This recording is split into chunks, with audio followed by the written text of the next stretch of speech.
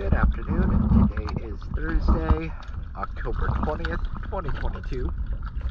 I'm here in St. Augustine, and this is a quick before video for the 27-foot long Beneteau First SE.